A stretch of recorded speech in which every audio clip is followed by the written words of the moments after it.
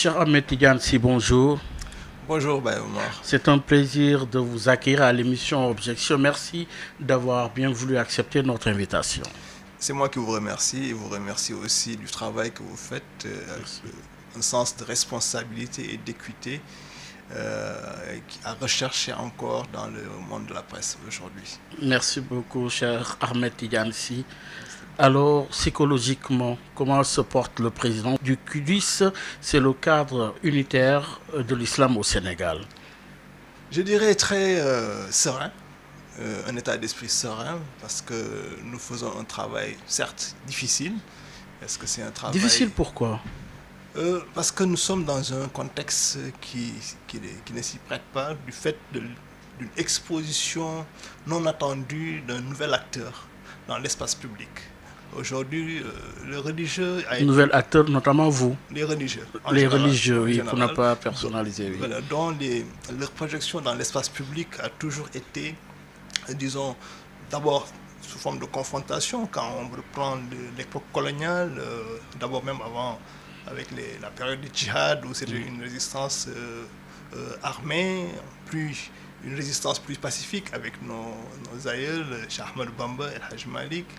Et pendant la colonisation, après la colonisation, disons une relation de partenariat où le religieux était utilisé, comme je peux dire, sous forme d'un menu dans une carte. Et on l'utilisait quand on le voulait, mais avec parfois aussi des religieux qui avaient développé un leadership très développé, très accru. Voilà, je peux les citer.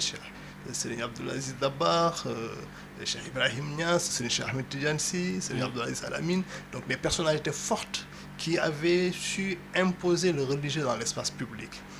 Oui, êtes-vous dans cette trajectoire? Nous ne prétendons pas avoir ce même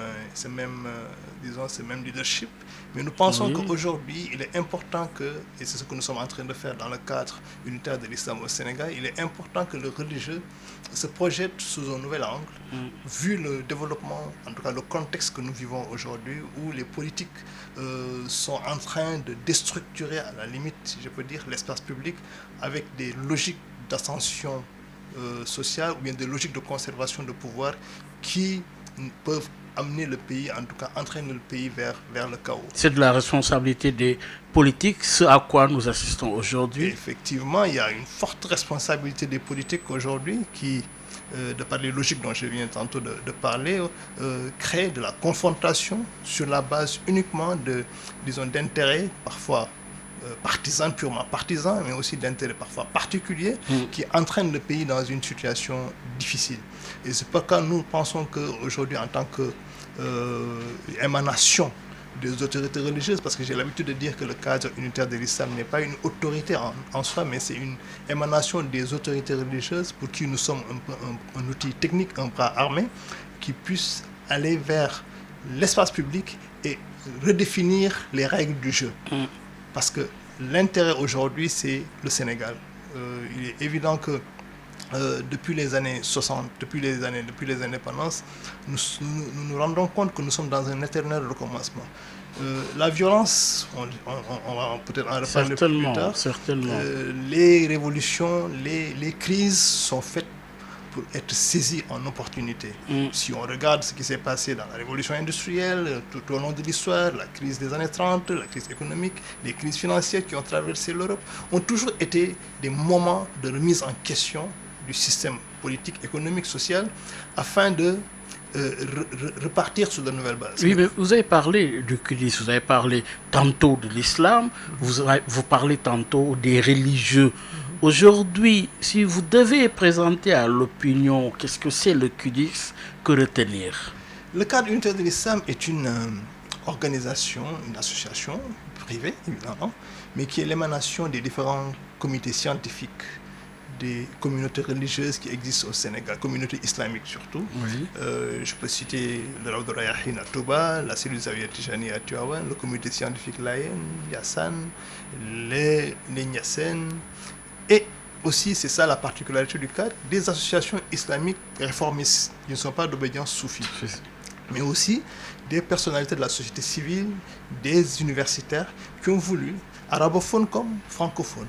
C'est aussi une autre particularité, Oui. qui ont voulu, disons, travailler sur un aspect important disons, de l'homo sénégalensis, c'est son aspect religieux, cette foi qui a permis au fil du temps de construire un contrat social qui est basé sur un vivre ensemble. Le Sénégal a toujours été perçu comme un havre de paix, une terre d'exception. Donc c'est une association, un cadre exclusivement islamique. C'est un cadre exclusivement islamique qui a des passerelles avec les autres associations qui ne sont pas d'origine islamique. Nous travaillons beaucoup avec le laïcat, nous travaillons beaucoup avec la présence chrétienne. Mais ils ne sont pas membres du cadre. Ils ne sont pas encore membres du cadre, mais nous avons des passerelles avec lesquelles des convergences d'esprit.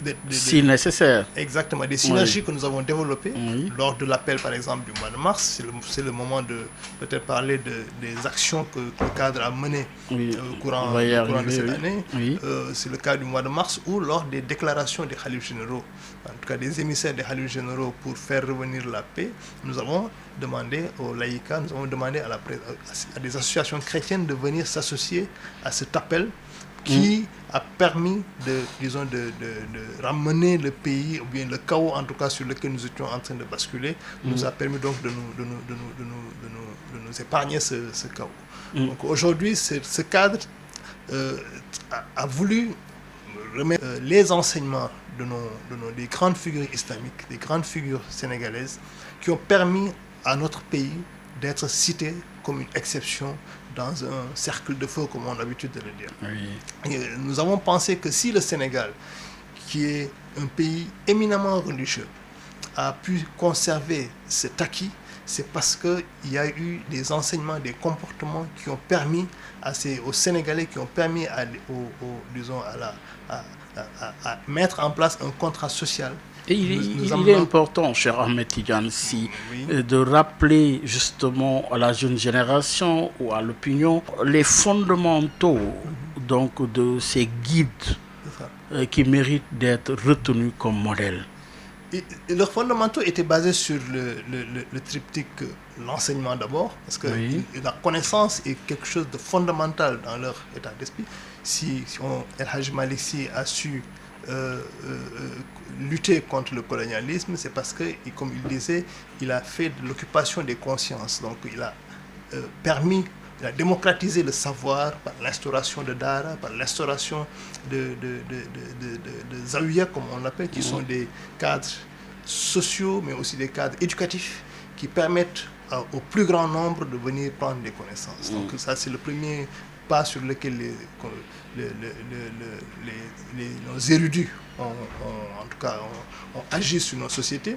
Le deuxième point, c'est l'éducation des masses. Parce qu'il y a l'instruction, mais aussi il y a l'éducation des masses. C'est clair.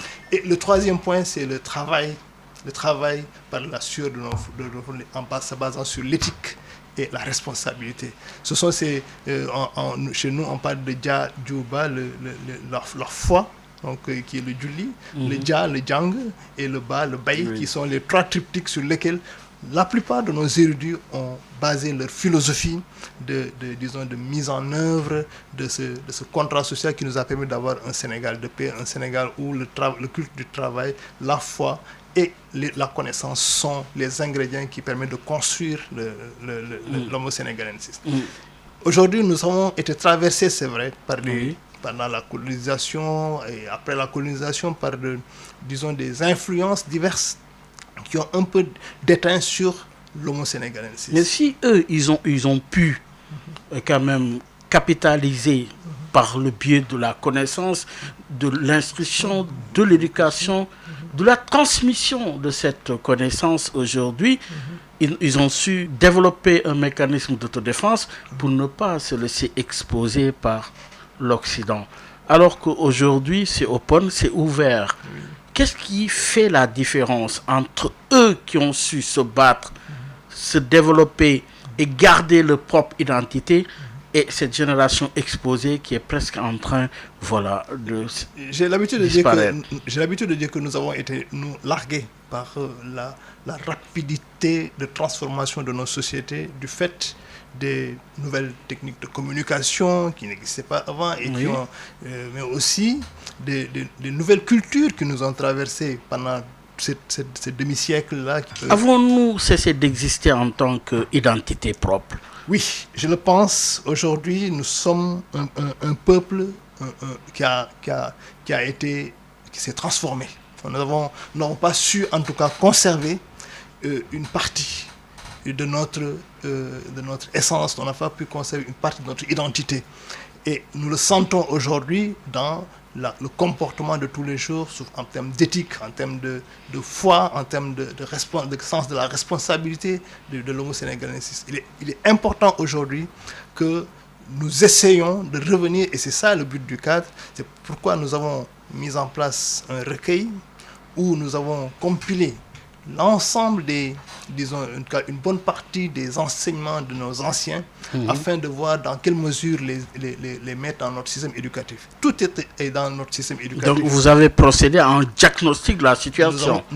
Le cadre unitaire est né en fait du diagnostic de cette situation. Qu'est-ce que ça a révélé, ce diagnostic? Ce diagnostic a montré que nous avons le havre de paix dans lequel nous étions était en train d'être transformé par des groupes plus ou moins structurés qui sont venus s'incruster dans notre société et qui sont en train de faire un travail de sape sur la génération actuelle, mais aussi sur les générations à venir. De quel groupe vous parlez? Je ne voudrais pas entrer dans certaines considérations pour ne pas stigmatiser certaines, mais tout est économique aujourd'hui. Nous savons tout ce qui se transfère, qui traverse nos sociétés. On parle aujourd'hui des problèmes de genre, on parle aujourd'hui de problèmes de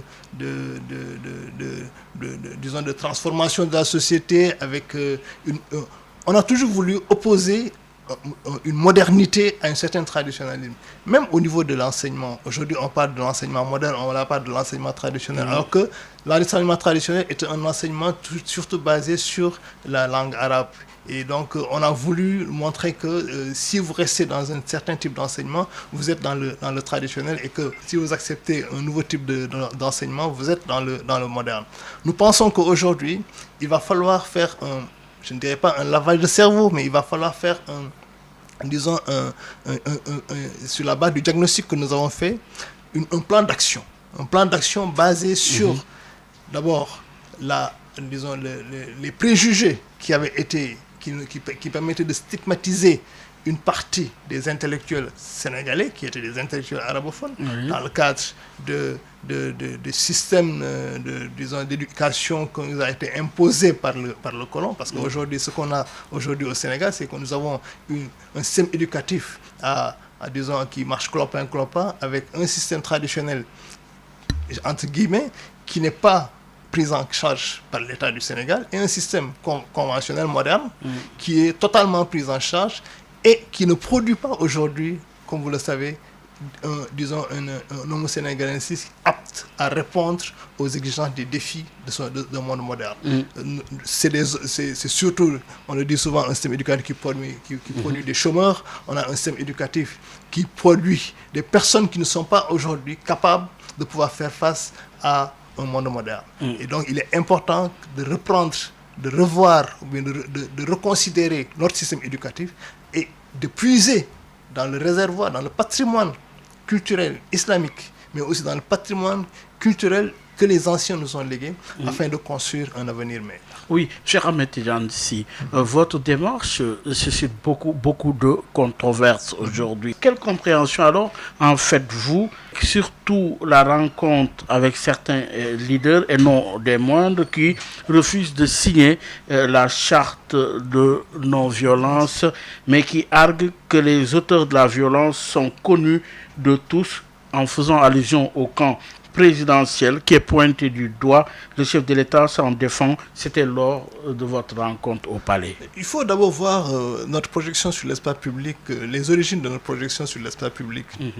Sur les 8-9 derniers mois, nous sommes rentrés dans cette, si je peux dire, cette médiation ou cette régulation sociale suite aux événements du mois de mars, où nous avons senti que certains fondamentaux étaient en train de s'effondrer, qu'il fallait agir, nous, en tant que religieux, comme le faisaient certains leaders religieux dans le passé, Oui. qui avaient les aptitudes de pouvoir, en tout cas, réguler au moment où le pays allait basculer vers le néant. On l'a vu, Abdelaziz Dabakh le faisait, Abdelaziz Al-Amin le faisait, Serigne Saliou Mbacké le faisait. D'autres guides le faisaient, mais dans les coulisses, parfois, le président de la République ne pouvait pas se permettre de poser certains actes sans que les guides religieux l'interpellent directement afin de le faire revenir à la raison. Donc nous avons pensé qu'il était important, pendant cette période où le pays a failli basculer, que des religieux puissent prendre leur bâton de pèlerin et aller, disons, sous l'impulsion ou sous l'égide de nos khalifes généraux, puissent en tout cas faire revenir les politiques à des meilleurs sentiments. Oui. Suite à cela, nous nous sommes posé des questions en tant que disons, intellectuels arabophones et francophones, dans le cadre, je le répète, du cadre unitaire de l'islam au Sénégal, et de voir est-ce qu'il faut continuer. Est-ce que d'abord le Sénégal dispose toujours des ressorts qui lui permettent, lors des moments difficiles, de pouvoir jouer cette carte religieuse, qui était, comme je l'ai dit tantôt, utilisée par les politiques comme un menu dans un restaurant. Lorsqu'on en a besoin, on le sort et après on le remet dans son casier. Ou bien est-ce qu'il fallait maintenant adopter une démarche proactive afin de faire jouer, de faire continuer à jouer ce rôle de ressort des régulateurs sociaux que sont les religieux. Notre réflexion a abouti à adopter une démarche proactive vis-à-vis des hommes politiques, en allant vers eux et en leur proposant un modus operandi, un code de conduite, un pacte, une charte. Parce qu'on a vu que depuis les années 60, on est dans un éternel recommencement. Je disais tantôt que les crises doivent servir à créer des opportunités pour rebondir. Mais nous nous sommes rendus compte que depuis les années 60, nous sommes dans un éternel recommencement avec des joutes qui sont toujours, qui créent toujours des contraintes au plan disons, des violences qu'ils peuvent engendrer. Mais on sortait toujours de ces situations, mais sans, disons, prise de conscience. Et donc, il fallait changer de paradigme. Comment ? Aller vers une démarche plus proactive. Nous avons donc lancé cette charte, cette idée même de charte, parce que beaucoup nous ont reproché d'avoir écrit une charte en nous disant qu'on ne la signerait pas. Je peux citer le président Ousmane Sonko qui l'a dit. Mais il n'y avait pas de charte en ce moment-là. C'était une idée de charte, une idée de code de conduite qui fédérerait les politiques dans un schéma qui ne nous mettrait plus dans une situation de confrontation physique, de violence lors des périodes électorales. Oui. Alors, si nous devons évaluer cette démarche, cette première démarche qui a consisté à aller à la rencontre des différents leaders, et comme je l'ai dit, le chef de l'État vous a rencontré, alors les autres ont dit clairement qu'ils ne font pas signer cette charte. Quand je dis les autres, je fais allusion à Ousmane Sonko. Alors, de ce point de vue, où se situe la vérité ? D'abord, lors des consultations, parce que nous avons fait une série de consultations avec les différentes coalitions qui sont engagées pour les prochaines élections. Nous avons rencontré quasiment toutes les coalitions. Et à l'heure d'aujourd'hui, vous avez rencontré tous les leaders. Nous avons bouclé toutes les consultations, notamment de l'opposition que du Benno Bokk Yakaar, qui sont la coalition présidentielle. Nous avons même rencontré le président, mais en tant que président de la République. Ah oui, à titre de président de chef de l'État. Et non de président de Benno Bokk Yakaar. Exactement. Ou à la fois. Les deux, parce que il est difficile de dissocier les deux en de pareils contextes. Voilà, donc nous avons discuté avec les différentes coalitions et elles nous ont écoutés et nous ont donné leur point de vue, les suggestions, mais aussi des récriminations dans la démarche d'abord, mais aussi vis-à-vis disons, les uns des autres. Les coalitions de part et d'autre. Les coalitions de l'opposition ont fait des récriminations au Benno Bokk Yakaar, comme le président de la République a fait des récriminations à l'endroit des membres de l'opposition. Nous avons compilé tout cela dans un document que nous avons établi sous forme de préambule à une charte, où nous avons fait des invites au chef de l'État, ou des invites au gouvernement, à l'État, à respecter un certain nombre de dispositions que les coalitions de l'opposition semblent dire qu'elles ne sont pas respectées, même si elles sont édictées dans la Constitution. Je peux parler des libertés de manifester, je peux parler des problèmes qu'on a vécus au mois de mars, des problèmes d'énergie, on a parlé des problèmes de non-respect de certaines règles démocratiques parfois qui peuvent en tout cas vicier le processus électoral, etc. etc. Le président de la République, monsieur, avec les coalitions Benno Bokk Yakaar, a aussi donné des griefs à l'opposition, notamment ne pas répondre à certaines interpellations de la justice, même si les autres disent que c'est parce que parfois la justice est... voilà, on ne voulait pas... Nous, on est resté dans les grands principes. Oui. Parce qu'on ne voulait pas rentrer dans un schéma... Gardant votre image d'impartialité. Impartialité. Oui. Donc, on est resté dans les grands principes où nous invitons l'État à respecter, bien entendu, les dispositions de la Constitution en matière de restriction de liberté individuelle et collective, en matière de respect de la Constitution, en matière du processus électoral, de respect du processus électoral. Mais aussi, nous avons demandé à ce que les acteurs politiques de tous bords s'engagent dans le cadre de cette charte-là. Et c'est une charte qui est l'émanation des acteurs politiques, parce que c'est jusqu'à hier seulement qu'on a eu la première séance de travail et d'écriture de cette charte. Oui. Et cette séance d'écriture a vu la participation de quasiment l'ensemble des coalitions, sauf bien entendu il y a eu Askan Wi, mais qui sont au fait et qui suivent bien entendu les activités du cadre unitaire dans le cadre de cette... Et quelle est la finalité une fois cette charte-là établie? Cette charte établie sera envoyée à tous les acteurs politiques engagés dans le processus électoral, et quitte à eux de le signer ou de ne pas le signer. L'essentiel pour nous, ce n'est pas qu'ils le signent ou pas. L'essentiel pour nous, c'est qu'en tant qu'acteurs religieux, que nous puissions, à un moment crucial de notre pays, pouvoir dire que nous attirons la sonnette d'alarme sur les difficultés que les situations de chaos peuvent engendrer pour le pays. Et que nous aussi, nous avons notre sens de la responsabilité. Nous avons une responsabilité historique à jouer dans ce pays. Lorsque notre foi est interpellé, lorsque notre société est interpellée, lorsque les fondamentaux de la République sont interpellés, qu'on puisse, nous, en tant qu'acteurs religieux, dire que nous avons notre voix au chapitre, nous avons notre responsabilité et que nous allons la jouer à fond. Mais comment concrètement, cher Ahmed Tidiane Sy? D'abord, retourner vers nos autorités, parce que j'ai dit... Pour leur dire, voici la charte. Voilà la charte qui a été établie. Signer ou ne pas signer.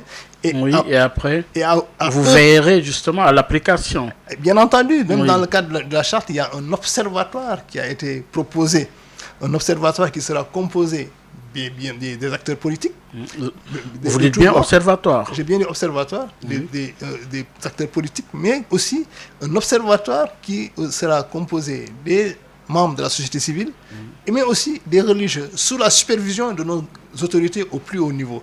Et cela permettra de quelle autorité religieuse? Je parle bien sûr des khalifes généraux. Oui, je parle de l'Église que nous allons contacter pour pouvoir leur faire part des travaux que nous avons établis, que nous avons abattus pendant ces 2 mois, et leur demander d'avoir leur onction pour que les personnes ou les groupes de personnes qui ne respecteraient pas cette charte, qui ne respecteraient pas les dispositions en tout cas qui ont été prises, ou bien et que nous considérons être une source de stabilité pour le pays, ces personnes-là seront les véritables perturbateurs de notre système démocratique, et que tout le monde assumera sa responsabilité devant le peuple sénégalais. Mais cher Ahmed Tidiane Sy, vous considérez avec moi que vous n'avez aucun statut aujourd'hui. Est-ce qu'il n'est pas temps d'abord en amont de travailler à trouver un statut officiel, quitte même à légiférer sur la question? Nous avons remis un mémorandum au président de la République. Oui. Dans ce mémorandum, nous avons bien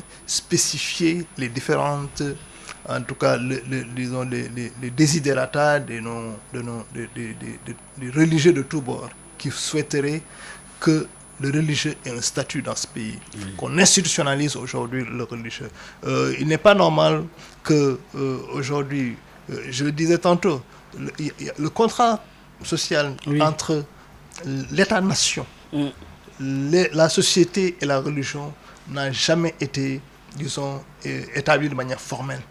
Et il est temps aujourd'hui, les questions de laïcité, les questions démocratiques, les questions du code de la famille, il y a énormément de Oui. questions qui sont éminemment religieuses, mais en relation aussi avec notre mode de vie de tous les jours, sur lesquels il n'y a pas encore... Il faut affronter ces questions Il faut les affronter aujourd'hui. et mettre en place... on verra quel nom il faut donner. On parle de conseil supérieur islamique, on parle de conseil consultatif. Mais en tout cas, il faudrait une autorité religieuse qui serait l'émanation des différentes communautés religieuses existantes au Sénégal et qui donnerait son point de vue sur des questions éminemment sociales, sur des questions politiques, sur des questions économiques. Il n'est pas aujourd'hui normal qu'on continue dans un pays à 80, je dirais à 100% de religieux, parce que nous sommes tous quelquefois affiliés d'une façon ou quelque part d'autre, mais quand même il y a une infime partie qui n'est d'aucune de religion, mais bon, à 99% de religieux, qu'on puisse être encore dans une situation où la religion n'a pas de statut, le khalife général n'a pas de statut, le prêtre, l'imam n'ont pas de statut. Et à la limite, cela crée des dérives. On parle souvent des écoles de la rue, des enfants de la rue. On parle souvent du problème de légifération sur certains aspects de notre vie, le code de la famille. Et cela nous met dans une situation parfois hybride où nous ne savons pas si c'est la loi, le droit, comment dirais-je, d'obédience française qui doit régir la vie de notre nation, ou bien est-ce que c'est le droit islamique qui doit régir sur certaines questions, en tout cas où parfois il peut y avoir des divergences de points de vue. Oui, dans cette trajectoire, cher Ahmed Tidiane Sy, est-ce que vous ne risquez pas de vous confondre à la République, à l'État, à la République? Nous devrons rester dans notre situation d'équité. Je dis parce que c'est Serigne Cheikh Tidiane Sy qui disait la neutralité c'est contre qui. Mais je dirais plus d'une situation d'équité, d'équidistance vis-à-vis, si on se parle de politique, vis-à-vis des différents acteurs politiques, mais une situation qui permettrait de résoudre des problèmes. Aujourd'hui, mais la République reste la République. La République devrait rester la République. Oui. Et c'est pourquoi j'ai parlé tout à l'heure de renégociation de ce contrat social entre État-nation et la société et la religion. Justement, l'erreur, c'est d'éviter qu'on en soit à une République islamique. Je pense que le Sénégal est un pays fondamentalement religieux. Il y a une étude je pense que c'est Ousmane Khan de l'université de Harvard qui avait fait cette étude et qui montrait que le Sénégal est l'un des pays les plus religieux au monde. J'ai bien dit religieux. Et il est donc important que la vie de notre République ait un soubassement religieux, que les normes soient fixées sur la base de la religion. Et quand je parle de religion, c'est les religions révélées en général qui sont qui ont en réalité les mêmes bases conceptuelles, qui ont en vérité les mêmes bases en termes d'éthique, de vertu, de normes de vie. Je pense qu'il n'y a pas de distinction profonde entre les soubassements religieux entre du christianisme ou de l'islam. Je pense que notre religion, notre République devrait avoir des schémas ou bien des normes de fonctionnement avec un soubassement religieux. Et cela, pour moi, c'est un diagnostic ou bien c'est un travail que les religieux doivent faire en partenariat avec les hommes de droit, en partenariat avec disons, la société tout entière, la société civile, afin de trouver les voies et moyens un modèle adapté à notre culture, à notre façon de vivre. Tout à fait. Oui, cher Ahmed Tidiane Sy, donc vous avez évalué la première phase. La deuxième phase va consister à l'élaboration d'une charte, laquelle charte va être remise aux différentes coalitions, lesquelles coalitions vont devoir la signer ou non la signer. Maintenant, après, c'est à vous maintenant de vous donner quel type de démarche. J'avais tenté de dire la dernière fois que nous allons retourner à nos moutons.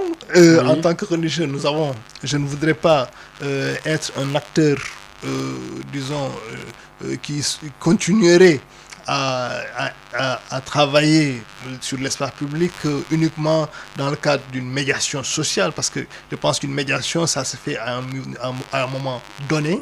Et nous, en tant que cadre unitaire de l'islam, nous avons notre agenda.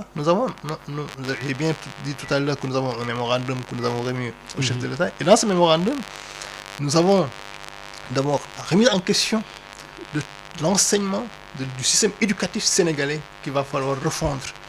Nous pensons qu'aujourd'hui, il est important de remettre sur place un système éducatif qui n'est pas hybride comme on le voit maintenant, où la demande sociale de l'enseignement religieux devra être prise en charge.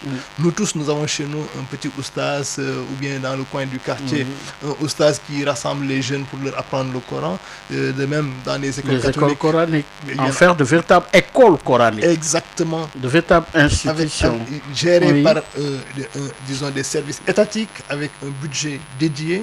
Et là, il va falloir définir un cahier de charges. Exactement. Aussi. Il y a des travaux qui ont été menés avec les associations des Dara. Nous-mêmes, nous avons participé récemment. Mais qu'est-ce qui retarde? Vous en avez parlé avec le chef de l'État. Il y a une volonté parce qu'il y a beaucoup d'écoles coraniques qui, quand même, demandent des moyens. Nous demandons un véritable plan Marshall pour l'école coranique, avec un plan Marshall de plusieurs centaines de milliards. Parce qu'il faut aller vers une discrimination positive d'une école qui a très longtemps été handicapée par nos politiques publiques.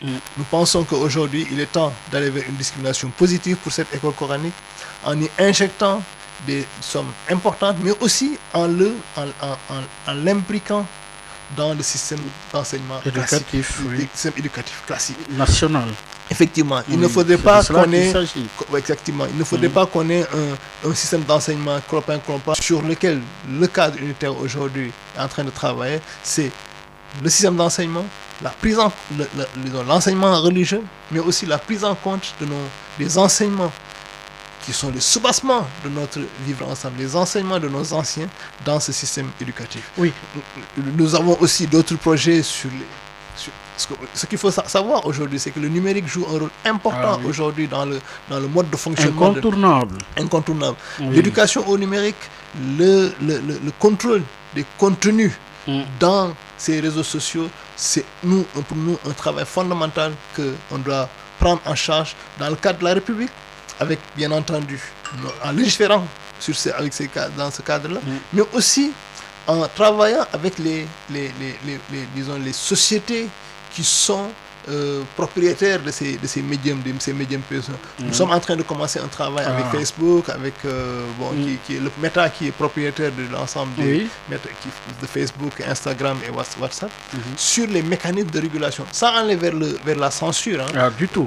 Mais c'est des régulations que nous pensons, avec bien entendu les organes de régulation qui existent déjà, voir dans quelle mesure, en tout cas, faire de ces outils-là de véritables outils de communication au bénéfice du plus grand nombre, et un peu écarter toutes les dérives aujourd'hui que nous constatons dans ces réseaux sociaux. Oui. Ça, c'est un point. Oui. Nous avons d'autres projets aujourd'hui sur lesquels nous sommes en train de travailler, sur un observatoire de vivre ensemble. Nous pensons que, je parlais tantôt du Conseil supérieur islamique, où nous donnons un statut aux religieux, nous donnons un statut à nos autres. Je dirais une fois que si le policier qui est en train de faire la circulation au bout de la rue a un statut qui lorsque vous l'agressez, lorsque en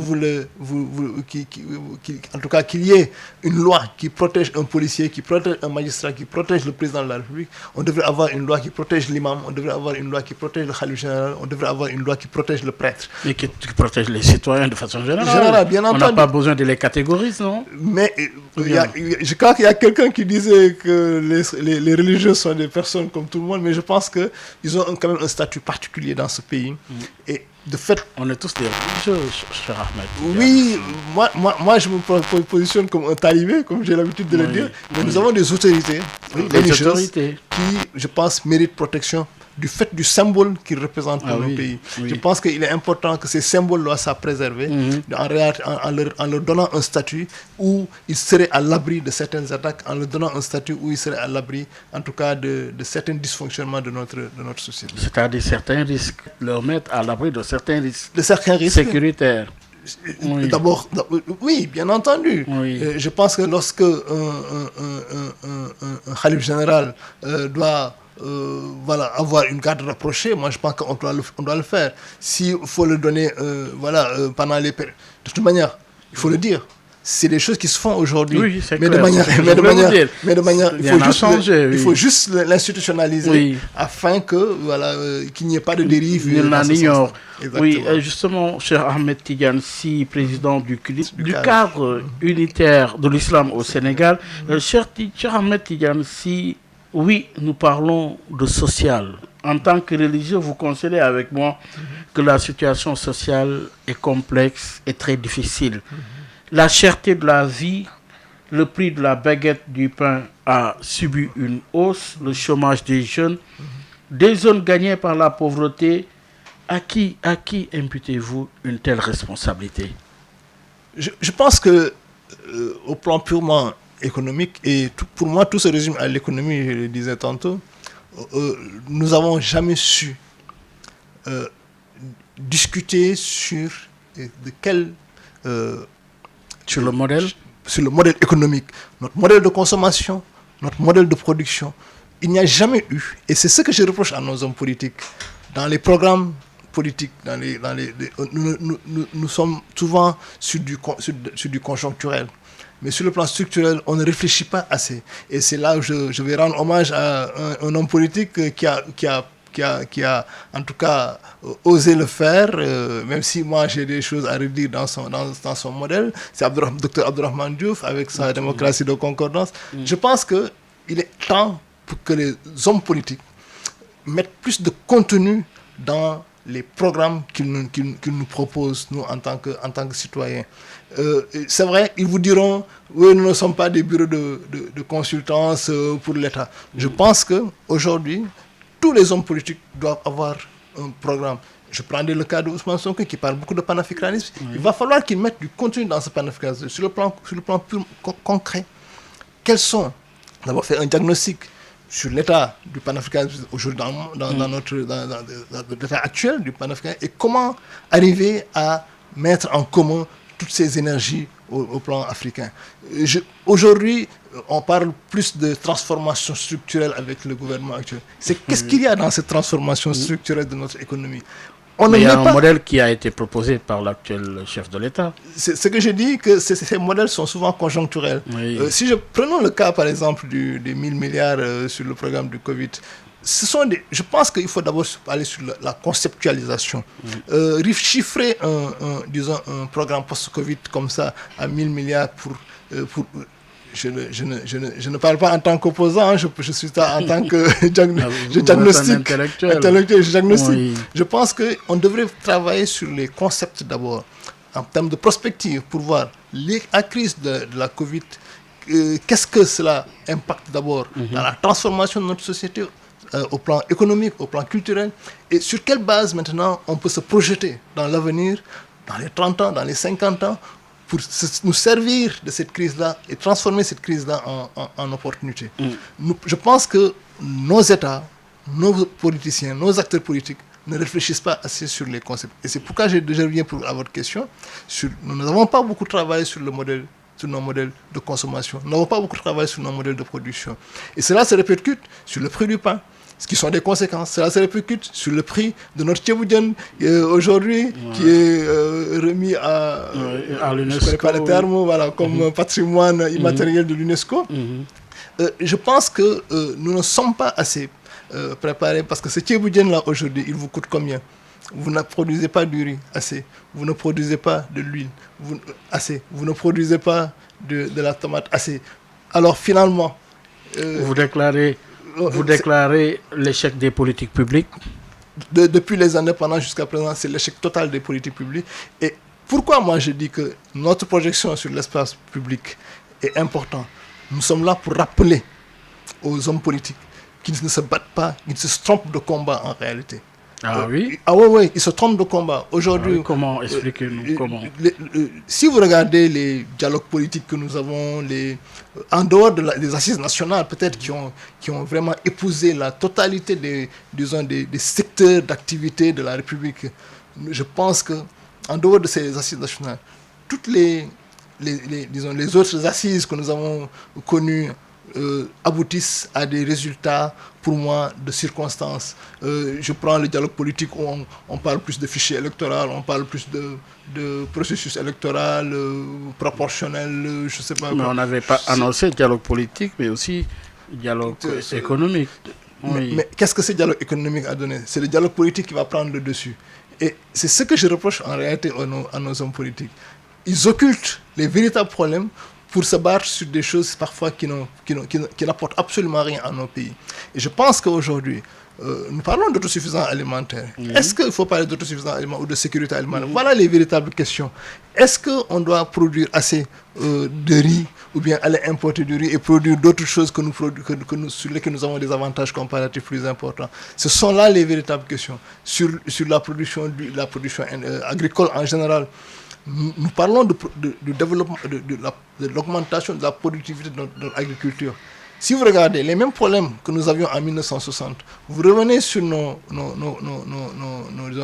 lois de finances en 2021, on retrouvera les mêmes questions, que ça soit au niveau de l'enseignement, que ça soit au niveau de la santé, que ça soit au niveau de développement. Est-ce que ce n'est pas ce qui explique et justifie la colère à la fois des étudiants, des transporteurs avant, des élèves, des étudiants?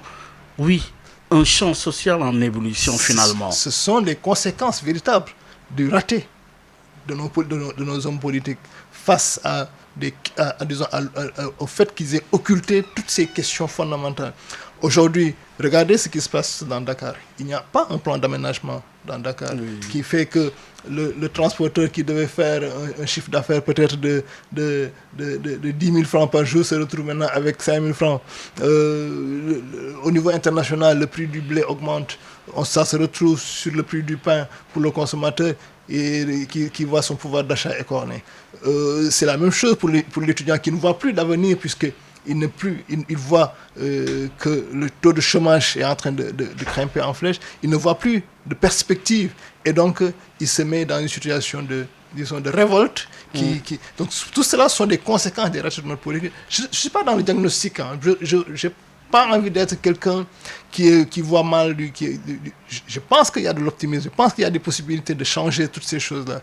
Et c'est pourquoi nous appelons les hommes politiques à se rendre compte de des difficultés sur lesquelles ils sont en train de nous faire basculer, de prendre en compte les véritables problèmes de ce pays-là, qui sont les problèmes économiques, qui sont les problèmes sociaux, de la satisfaction des besoins sociaux sur lesquels aujourd'hui il ne faudrait pas transiger.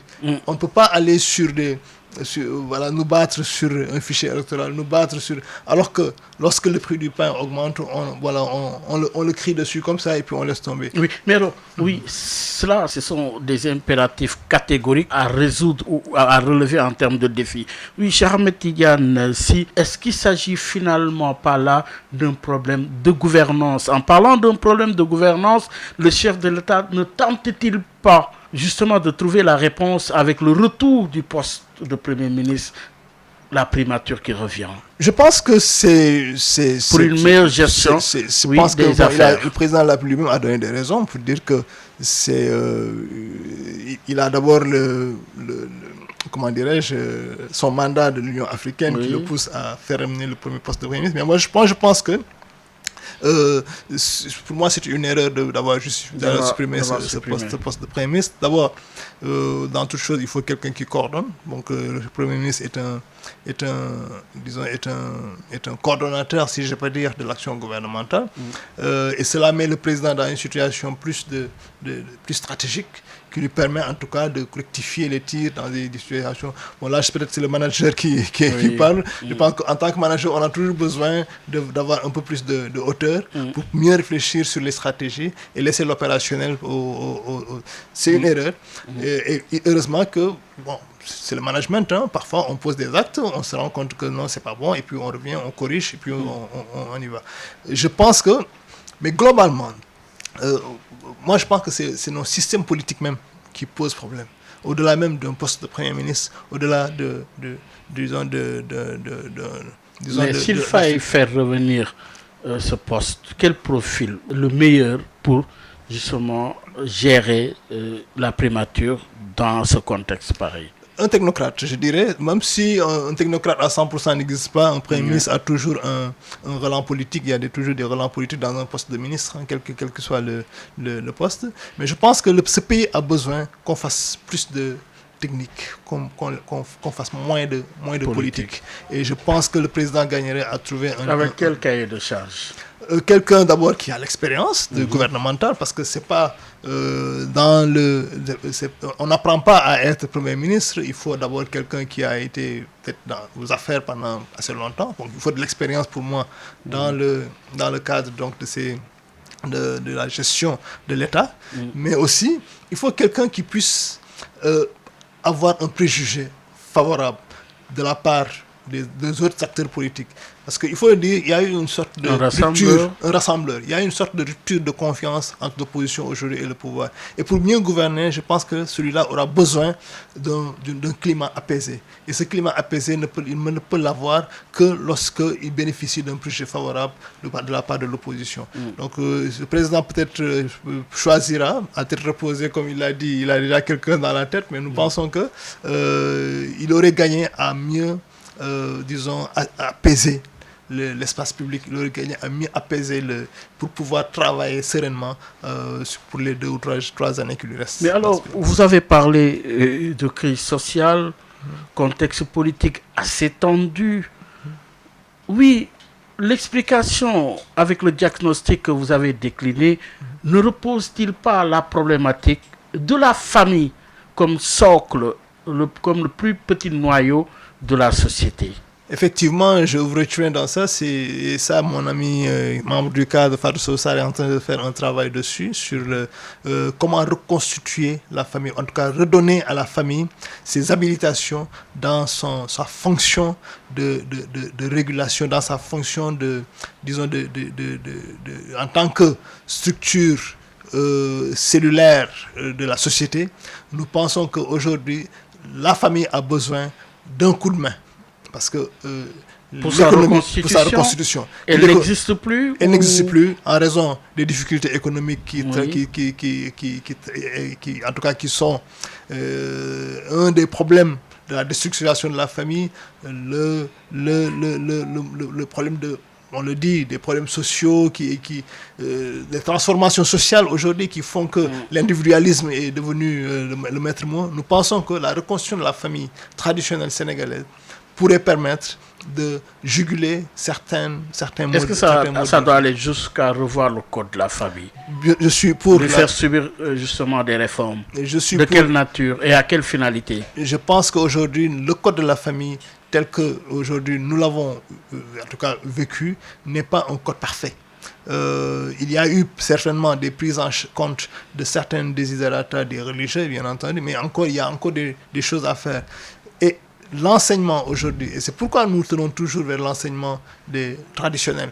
Quand je parle de l'enseignement traditionnel, c'est l'enseignement des anciens en matière islamique, mais aussi le comportement traditionnel de nos aïeux, doivent être repris en compte.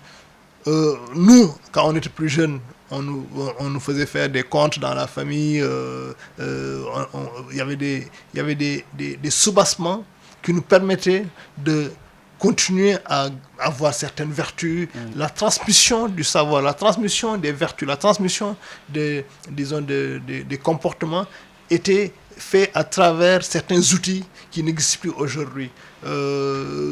Aujourd'hui, on peut trouver une famille avec 10 personnes, mais ils ne mangent plus ensemble dans le bol parce que des problèmes économiques faisant, chacun va acheter son pain d'ambé à côté.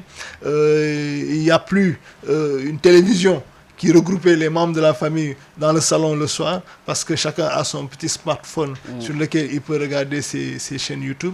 Je pense que les transformations, en tout cas induites par les nouvelles technologies, les transformations induites par les courants qui traversent notre société doivent nous amener à trouver les mécanismes de redorer le blason de la famille afin de lui donner sa tradition, sa fonction traditionnelle. Redorer le blason de la famille, cette famille, celle-là sénégalaise. Alors oui, cher Ahmed Tidiane, si la situation est préoccupante, comme l'est du reste aussi la géopolitique, il a été annoncé la visite d'Emmanuel Macron au Mali, une visite qui a été finalement reportée. Dites-nous, que fait le QDUS, le cadre unitaire de l'islam au Sénégal, que fait le QDUS face aux menaces terroristes ou djihadistes? Je discutais avec mon ami Imam Diko qui était là dans le cadre de l'UNOAS. Donc, nous saluons au passage. Nous saluons au passage, et un homme d'une dimension extraordinaire. Et il a dit quelque chose hier qui m'a vraiment touché. C'est qu'est-ce qui a changé? Il a travaillé pour le changement de pouvoir. Oui, il demande un diagnostic interne. Et comprendre ce qui se passe, mais de l'intérieur. Exactement. Oui. Exactement. Ces djihadistes, comme il dit, c'est des frères maliens qui ont pris un autre chemin. Nous pensons qu'aujourd'hui, tout est dans l'éducation. Et il va falloir qu'on regarde comment, d'abord, trouver une solution conjoncturelle à ces menaces djihadistes, en, bien entendu, renforçant la sécurité, mais tout en sachant que disons, la solution armée n'a jamais été une solution définitive à la lutte contre le djihadisme. Il y a d'autres solutions en termes de préparation des jeunes par l'enseignement, mais un enseignement d'un islam modéré. Et là, je reprends encore mon plaidoyer pour les daras, parce que c'est dans ces daras-là c'est dans ces madrasas où on forme les jeunes, les futurs djihadistes. Donc il va falloir qu'on leur inculque cet esprit de wasatiyya, de juste milieu, que nos aïeux, que nous en tant qu'islam confrérique, souvent islam soufi, sommes imprégnés, et pour pouvoir permettre à ces jeunes-là. Vous parlez en termes de proposition, mais concrètement, que faites-vous?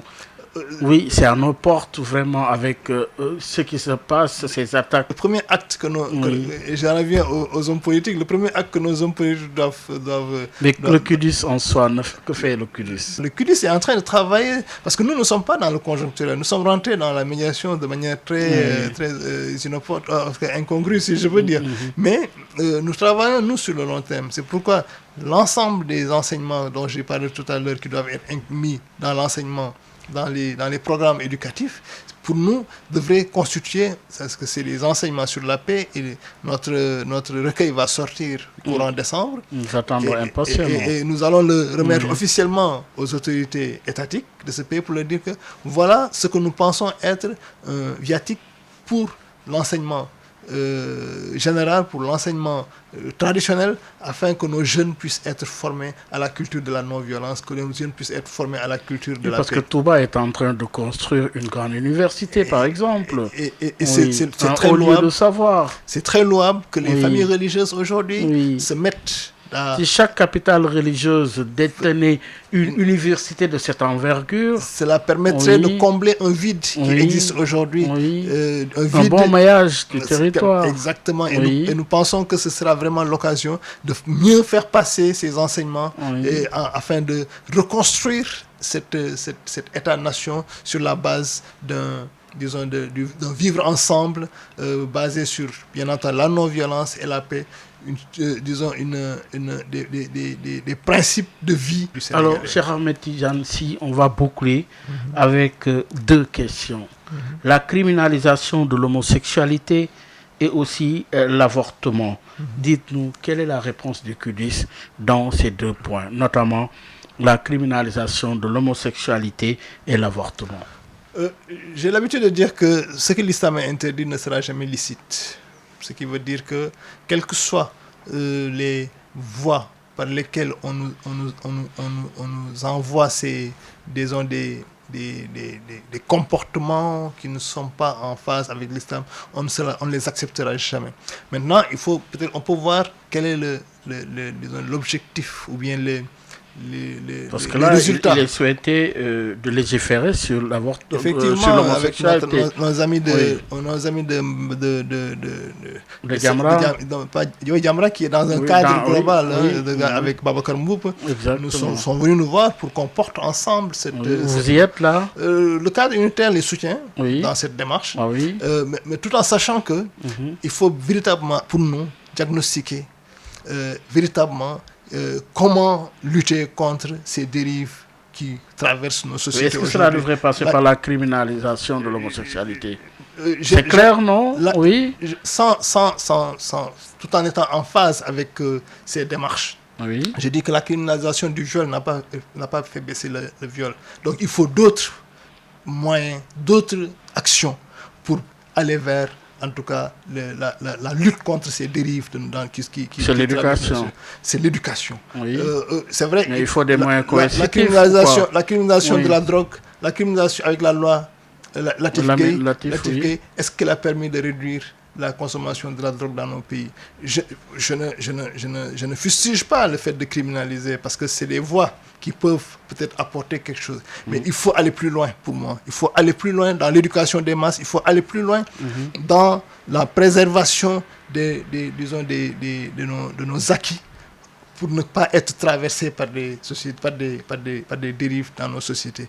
C'est seulement comme cela que nous pensons qu'on arrivera à épargner nos enfants, on arrivera à épargner les Sénégalais de ces dérives qui aujourd'hui nous déstructurent notre société. Nous sommes tous inquiets vis-à-vis de nos enfants. Nous sommes tous inquiets vis-à-vis de nos petits-enfants. Qu'est-ce que l'avenir nous réserve? Parce que nous n'avons pas aujourd'hui les moyens, au plan communicationnel, de maîtriser en tout cas les courants qui traversent nos sociétés. Et pourquoi moi je pense qu'il faut d'autres moyens, il faut réfléchir sur d'autres moyens afin de permettre à nos sociétés d'être moins vulnérables, d'être moins perméable en tout cas à ces dérives-là. Oui, cher Ahmed Tidiane, si la toute dernière question. Nous avons commencé par le diagnostic de la société. En revenant sur justement votre posture en tant que médiateur, que ce soit sur le plan social comme sur le plan politique, pour se projeter vers quelle direction, notamment en perspective des élections locales à venir? D'abord, il faudrait toujours compter avec les acteurs religieux désormais. On ne nous mangera plus à la carte, comme j'ai l'habitude de le dire. Nous avons l'intention... Vous êtes debout désormais? Désormais. Pour quelle mission? Pour une mission de pacification de l'espace public, oui. Pour que les gens puissent travailler sereinement en vue d'un développement harmonieux. Nous pensons que sans la paix, nous ne pouvons pas, comme on dit, on ne construit pas sur des braises. Sans la paix, nous ne pouvons pas aller vers un développement endogène. On ne va pas aller vers un développement inclusif. Il va falloir que nous continuions à travailler pour que la paix puisse venir. On l'a dit dans la charte, la paix n'est pas une position de faiblesse. Vouloir la paix, ça ne va pas dire être faible. On peut vouloir la paix, la construire, parce qu'une paix, ça se construit dans la justice, bien entendu. Ça se construit dans l'équité, dans la responsabilité que tout le monde, tous les acteurs... Mais dans une république, la justice a une place et un rôle important à jouer. Effectivement. Et ça fait partie quand même des craintes et de ce que dénonce en tout cas une partie de nos hommes politiques, notamment de l'opposition. Si on regarde le préambule de la charte qui a été proposée par les acteurs politiques, les 4 ou 5 premiers points concernent le respect de la justice par l'État du Sénégal, qui est le garant du bon fonctionnement des institutions. Nous pensons que la justice aujourd'hui, c'est un véritable problème dans ce pays. On l'a dit, il y a des suspicions d'impartialité de la justice, justifiée ou pas. En tout cas, c'est la perception aujourd'hui qui est la mieux partagée. Il va falloir qu'on travaille sur comment restaurer la justice en tant qu'organe de régulation, en tant qu'organe d'équité, pour que tout le monde, le droit de chacun puisse être respecté. Et c'est seulement à ce titre que nous demanderons aux opposants, nous demanderons à tous les acteurs politiques de pouvoir se soumettre à cette justice-là. Et cela demande un travail sur lequel nous avons commencé à nous impliquer. Et dans nos discussions avec le chef de l'État, c'était l'une des questions qui avait été soulevée, le problème de l'indépendance de la justice. Oui, avec notamment les cas de Khalifa Sall et de Karim Wade. Bien entendu, ça a été évoqué avec lui. Et qu'est-ce qui a été retenu? En tout cas, il a ouvert les voies d'une discussion pour voir dans quelle mesure les réhabiliter. Il ne s'agit pas aujourd'hui de tordre la main à la justice. Nous pensons qu'il y a des vices de forme qui ont été constatés dans le déroulement de certains procès. Nous pensons qu'il va falloir revenir sur ces vices de forme-là, les mettre sur la table et réhabiliter les personnes si, en tout cas, ces vices de forme sont avérés. Et nous pensons que, globalement, il y a certaines privations de liberté qui ont été dénoncer aussi, les interdictions de manifestation, et nous pensons qu'il va falloir revenir sur certaines dispositions de la Constitution, mais qui n'ont pas été, il n'y a pas de loi d'application aujourd'hui sur l'interdiction, sur le droit de manifester. Il va falloir faire des lois d'application qui encadrent cette disposition de la Constitution afin que les citoyens tout court puissent ne plus être en tout cas dans des dispositions à penser que leurs droits ne sont pas respectés, leurs libertés sont bafouées. La première mission d'un religieux, c'est d'être juste. Nous le pensons. Sans la justice, nous ne pouvons pas en tout cas aller vers la vérité. Une vérité ne peut se faire que dans la justice. Un coin du voile a-t-il été levé avec les explications, le bilan qui a été tiré à mi-parcours du QDIS, du cadre unitaire de l'islam au Sénégal, et la projection indiquée? On aura certainement d'autres occasions parce que désormais, c'est de cela qu'il s'agit de discuter et le QDIS est désormais justement dans cette dynamique. Je vous remercie en tout cas de nous avoir donné l'occasion de nous projeter aujourd'hui encore une fois en communiquant avec les Sénégalais. Parce que je pense que dans notre démarche, il y a eu beaucoup de choses qui n'ont pas été comprises au départ. Du fait que peut-être les Sénégalais n'étaient pas encore habitués à voir ce type de religieux se projeter sur l'espace public. Désormais, nous serons là à discuter sur des questions qui touchent notre vécu de tous les jours en tant que religieux. Nous resterons dans notre posture d'équité, nous resterons dans notre posture de prise de responsabilité quand il le fera, sans amalgame aussi de notre rôle, parce que nous ne sommes pas des politiques, comme j'ai l'habitude de le dire, mais nous faisons de la politique dans le sens de la gestion de la cité. Et lorsque nous sommes interpellés, nous agirons en tout cas sur la base des habilitations, puisque je dis toujours que nous sommes sous le joug de nos autorités religieuses, sur la base des habilitations que nos autorités religieuses auront bien voulu nous donner. Merci beaucoup, mesdames et messieurs. Ça en est tout. Excellente suite de programme sur la 98.5. Cheikh Ahmed Tidiane Sy est le président du cadre unitaire de l'islam au Sénégal, le QDIS qui s'engage, le QDIS qui travaille dans le cadre de la pacification de l'espace politique et social, un débat ouvert face à de nouveaux enjeux pour un seul pays, le Sénégal. Merci, au revoir et à dimanche prochain.